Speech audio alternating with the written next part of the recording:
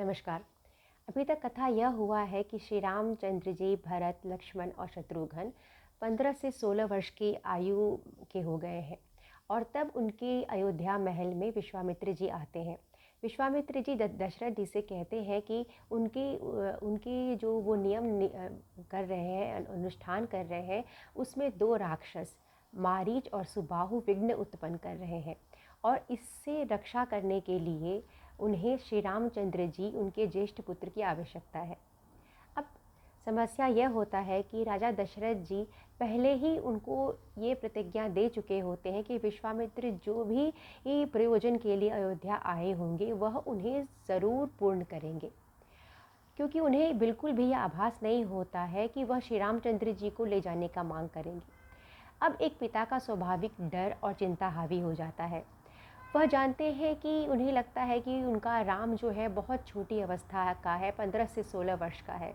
ऊपर से इतनी बूढ़ी अवस्था में उन्हें पुत्र रत्नों की प्राप्ति हुई है। इसके बाद रामचंद्र जी, उन्हें लगता है कि अस्त्र शस्त्रों में अभी निपुण नहीं है, युद्ध की कला को नहीं जानते और इससे भी बड़ी बात है कि जिनका उन्हें सामना करना था वो राक्षस मायावी थे। तो मायावी राक्षसों से तो वो बिल्कुल नहीं जानते कि किस प्रकार युद्ध किया जाए। तो इन कारणों की वजह से जो दशरथ जी हैं वह विश्वामित्र जी को वचन देकर भी पीछे हट जाते हैं और कहते हैं कि वह श्री रामचंद्र जी को जाने की आज्ञा नहीं देंगे। अब कहानी आगे है। अब होता है यह है कि यह बात सुनकर विश्वामित्र जी बहुत कुपित होते हैं और उनसे कहते हैं कि इस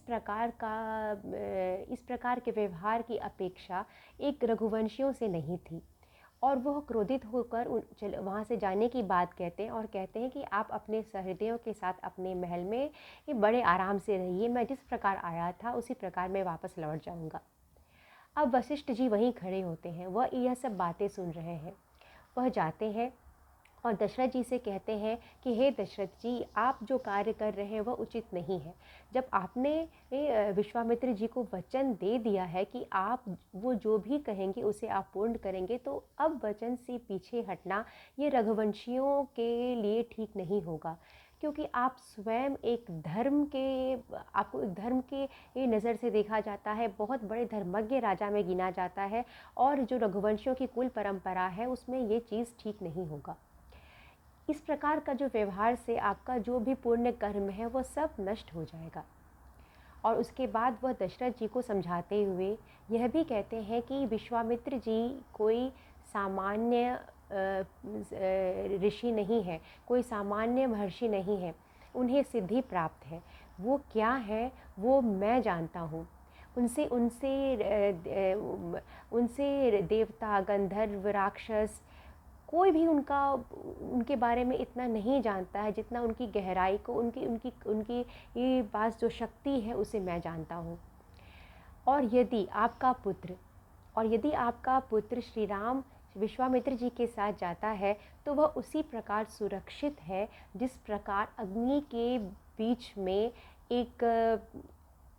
बीच में आप कह सकते हैं कि जिस प्रकार अमृत होता है उसे कोई हाथ नहीं लगा सकता, उसी प्रकार श्री रामचंद्र जी उस अमृत के भांति है जो कि विश्वामित्र से सुरक्षित है। विश्वामित्र जी उस अग्नि के भांति हैं और श्री रामचंद्र जी अमृत की भांति हैं। उनके संरक्षण, विश्वामित्र जी के संरक्षण में ये रामचंद्र जी का कुछ नहीं हो सकता, इस बात पे आप विश्वास कीजिए।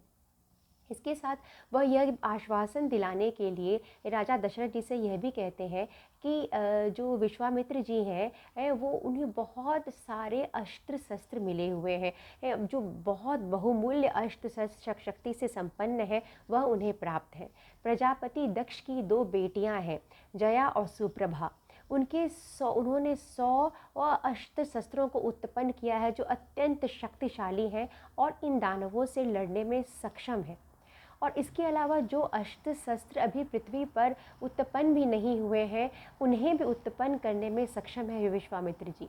तो आप इनकी योग्यता पर, इनकी सिद्धता पर आप प्रश्न चिन्ह मत लगाइए, आप बिल्कुल आश्वस्त हो जाइए और अपने पुत्र रामचंद्र जी को इनके साथ भेजिए।